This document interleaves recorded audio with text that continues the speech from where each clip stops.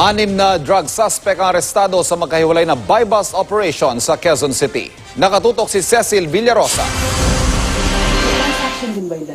Matapos ang isang taong pagmamanman, nahulog din sa kamay ng mga otoridad si Christian Jimeno at dalawa pa niyang kasama sa buy-bust operation kagabi sa barangay Pasong Tamo, Quezon City.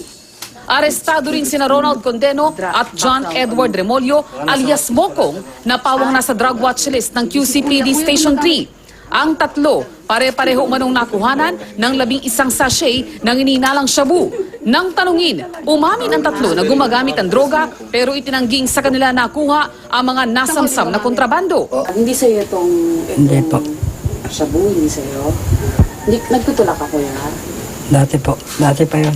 Yung sa akin po din yung cellphone lang. Matagal na akong tumigil sa ganyan eh. Ang mga opisyal naman ng barangay Pasong Tamo, pinabulaanan ang sinabi ng tatlo. Maraming nagreklamo, tumatawag din sa amin sa barangay na ito nga si Christian, isa sa sakit sa ulo nila dito sa kanya. Tatakot yung mga kapitbahay. Aabot naman sa 100,000 piso na halaga ng ininalang shabu ang nasamsam sa isa pang buy-bust operation sa Quezon Avenue, kanto ng Dr. Garcia Street.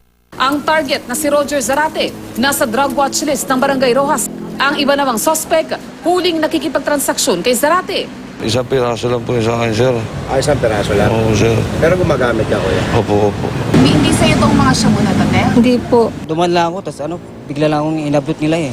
Maharap ang mga suspect sa reklamong paglabag sa Comprehensive Dangerous Drugs Act.